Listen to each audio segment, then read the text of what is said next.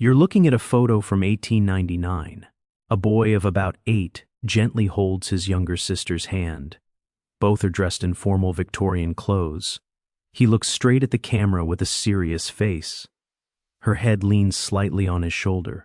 It's a touching image of sibling love, the kind Victorian families kept as precious memories. For over 100 years, this photo stayed tucked away in a family album. It seemed like just another old picture, sweet and nostalgic. But when a digital restorer started cleaning the image in 2019, removing decades of damage, something strange started to appear in the shadows. What he found completely changed the meaning of the photo. If you want to know the dark secret hidden in this innocent-looking image and why it stayed hidden for 120 years, watch closely. This story will hold your attention until the very end. In March 2019, Sarah Mitchell was clearing out the attic of her recently passed grandmother's house in rural Pennsylvania. Among dusty boxes of old clothes, dishes, and yellowed papers, she discovered a leather-bound photo album that had been worn down by over a century. The album was full of images from the late 1800s and early 1900s, formal portraits of ancestors with stern faces, wedding photos, children in their best clothes. Sarah, a 34-year-old history teacher with a passion for family genealogy, decided to digitize the photos before they were lost forever. One image in particular caught her eye. The faded handwritten label read, "Thomas and Eliza Whitmore, September 14, 1899. The photo showed two children. The older boy, Thomas, looked about 8. He wore a formal Victorian suit with knee-length pants, a dark jacket, and a starched collar shirt. His hair was neatly parted and combed. He stared at the camera with the serious expression Victorian children usually wore in formal photos. Next to him was his younger sister, Eliza, who seemed 5 or 6. She wore a fancy white dress with lace on the collar and cuffs, the kind middle-class families used for special occasions. Her blonde hair curled softly over her shoulders. Her head leaned slightly on her brother's shoulder, and Thomas held her hand firmly, their fingers intertwined, in a quiet moment of sibling care that stretched across a century. It was the kind of picture that warms the heart, a perfect scene of brotherly and sisterly love. Sarah decided immediately this would be the first photo she'd have restored professionally. She reached out to Marcus Chen, a digital restorer specializing in antique photos whose work she had seen in historical exhibitions. Marcus agreed to take on the project, intrigued by how clear the original image still was after 120 years. Digital restoration is a careful process. Marcus first scanned the photo at a very high resolution, capturing every detail, every crease, and every age spot. Then he started cleaning it digitally, removing brown foxing stains caused by moisture and fungi, reducing fading, and restoring contrast lost over time. During the first hours, Marcus focused on the lower right corner, badly damaged by water. As he worked carefully, layer by layer, removing decades of decay, he noticed something unusual.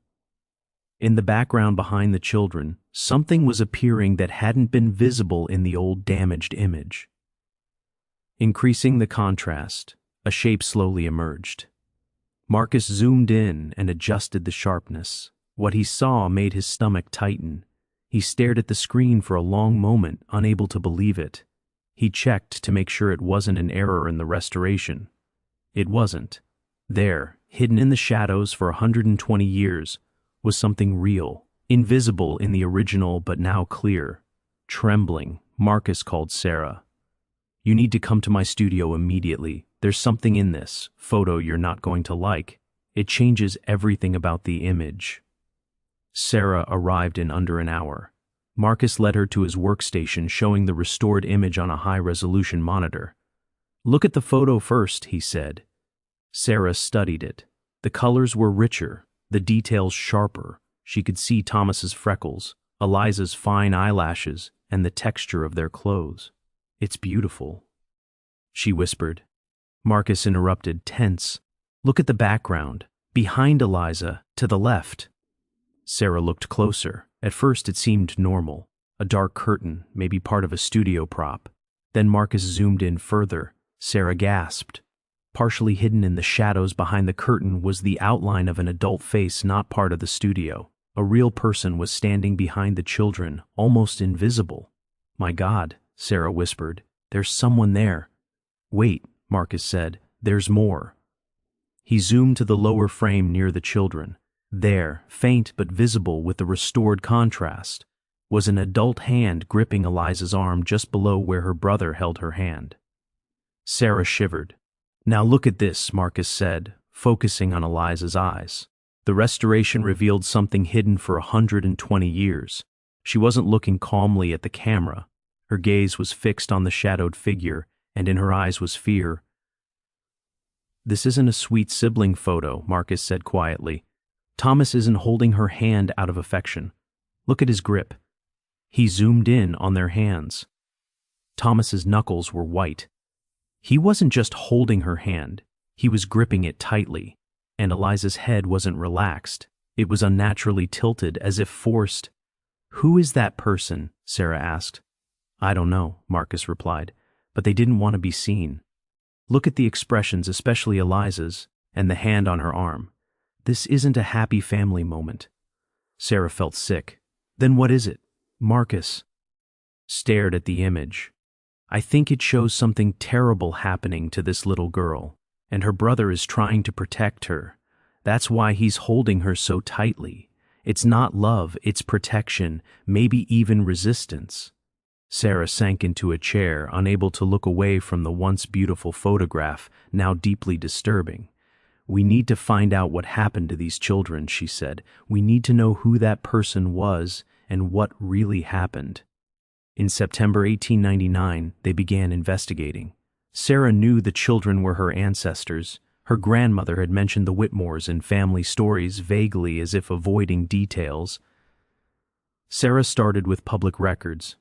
Thomas Whitmore's birth certificate showed he was born March 3, 1891, in Pittsburgh, Pennsylvania. Parents, Edward Whitmore, a textile worker, and Catherine Whitmore. Eliza's birth certificate appeared later, June 12, 1894, same parents. The photo was taken September 1899, matching the estimated ages. Thomas 8, Eliza 5. Then Sarah found something chilling. Catherine Whitmore died 6 months later, in March 1900, from pneumonia at only 29. Census records in 1901 showed Thomas living with his maternal uncle in Philadelphia. Eliza was listed separately, at St. Margaret's Home for Orphaned Girls in New York. The siblings had been separated. Sarah found local newspaper articles from April 1900 noting a local investigation into child welfare. Authorities had temporarily removed the children from Edward Whitmore's home for their safety. Later articles said Edward was reprimanded and permanently lost custody. Meanwhile, Marcus found the photo studio records. The session, dated September 14, 1899, noted the children were upset. The client, Edward Whitmore, insisted on staying behind the curtain to maintain order. He had probably intimidated the children to make them look right for the photo.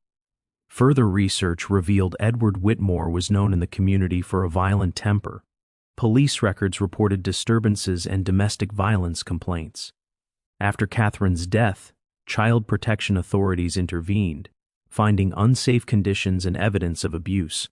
The children were removed immediately. Thomas went to his uncle Robert Harrison, who could not house Eliza. She was sent to St. Margaret's Orphanage. Sarah found surviving orphanage records in the diocesan archives. There was a record about Eliza Whitmore from April 1900. It described a 6-year-old girl, extremely withdrawn, not speaking, showing signs of previous abuse, and needing special care and supervision. Later entries documented her slow progress. It wasn't until October 1900, 6 months after arriving at the orphanage, that she began speaking regularly again. Amid so much tragedy, Sarah also found something hopeful. Records showed that Thomas, living with his uncle in Philadelphia, never forgot his sister. Barely 10 years old, he took the train to New York City every month to visit Eliza at the orphanage. His staff noted these visits in their records. The older brother continued visiting faithfully, and the girl improved noticeably after each visit. When Thomas turned 14 in 1905, he got a job at a textile mill in Philadelphia. Sarah found evidence that he saved every penny he could. By 1907, when Eliza was 13, Thomas had saved enough money to take her out of the orphanage and rent a small room for them to live together. He was 16, she was 13, and finally, they were together again. The 1911 census showed both siblings living in a modest apartment in Philadelphia. Thomas worked as a loom operator, Eliza as a shop clerk. They did everything they could to survive and stay together. Sarah also discovered a name change application from 1910. Both Thomas and Eliza had legally changed their surname from Whitmore to Harrison, adopting their mother's maiden name. Sarah followed their lives forward through later census records. Thomas Harrison, formerly Whitmore, married in 1915 at age 24. Eliza Harrison married in 1916 at 22. Both had children and lived into their 70s, dying in the 1960s. What struck Sarah most was that Thomas and Eliza lived within 2 blocks of each other their entire adult lives. Even after marrying and having families, they remained inseparably close. The little boy who had gripped his sister's hand so tightly in 1899, trying desperately to protect her, had continued protecting her for the rest of his life. That photograph, which had seemed so sweet at first glance and which Sarah's grandmother had kept in the family album but never spoke about, was not a simple scene of sibling affection in a happy home. It showed an 8-year-old boy desperately shielding his 5-year-old sister from their abusive father during a forced photography session. It captured the terror in a little girl's eyes and a monster hiding in the shadows. For 120 years, that truth had been hidden by the photo's decay, visible only as a vague, innocent image of 2 Victorian children. Modern technology revealed what had always been there, waiting to be discovered. After finishing her research, Sarah faced a difficult choice: what to do with the photograph and the story it told. She could keep it private, just as her grandmother had. She could pretend she had never uncovered the dark truth. After all, everyone involved, the children, their father, even the photographer who left that unsettling note, had been dead for decades. What purpose would it serve to reveal this painful history? But Sarah was a history teacher. She knew that hidden stories have a way of repeating themselves. Silence protects abusers and abandons victims, even if those victims had been gone for a century. So Sarah decided to tell the story. She wrote an article for a historical society journal, documenting her research and the restoration process. She included the restored image, carefully pixelating Edward Whitmore's face in the shadows, not to protect him, but because showing the abuser wasn't necessary to tell the story. The article was picked up by history blogs and eventually went viral on social media. People were horrified and moved by Thomas and Eliza's story, the terror in that Victorian photograph, but also the triumph of 2 children who survived, escaped, and built lives despite everything. Sarah received hundreds of messages. Many came from people who had discovered dark secrets in their own family photos. Others were from survivors of abuse, who said the story gave them hope, proof that survival was possible, that siblings could protect each other, that love could overcome cruelty. One email in particular brought Sarah to tears. It was from Jennifer Harrison, a direct descendant of Eliza, who wrote that her grandmother, Eliza's daughter, had grown up hearing stories about Grandma Eliza and Uncle Thomas and their unbreakable bond. My grandmother used to say my mother and Uncle Thomas had a special connection that nobody could explain, Jennifer wrote. They went through something terrible as children that they never spoke of, but it made them inseparable. Now I finally understand. Thank you for uncovering this truth. It explains so much about my family. Sarah and Jennifer eventually met, reconnecting 2 branches of the family tree long separated. Jennifer had photographs of Eliza as an elderly woman, smiling, surrounded by children and grandchildren, genuinely happy. She had survived, healed as much as possible, and yielded a life worth living. Marcus, the restorer who first noticed the hidden elements, began lecturing on the importance of photograph restoration, not just for preservation, but for uncovering historical truths. He argued that old photographs often contain information invisible or ignored at the time, but modern technology can reveal it. Every photograph tells a story, Marcus said in one lecture. Sometimes the most important story is the one that was hidden, the one nobody wanted to see, the one waiting in the shadows for over a century to be brought into the light. The restored photograph was eventually donated to the Smithsonian, becoming part of an exhibition on child welfare in America. It highlighted the evolution of child protection laws, the importance of mandatory reporting, and how far society has come, though not far enough, in protecting vulnerable children. Sarah visits the exhibition whenever she is in Washington, D.C. She stands in front of the photograph, Thomas gripping his sister's hand while their father lurks behind them, and thinks about how easy it would have been to never know. The photo had been there all along, in her grandmother's attic, appearing sweet and innocent.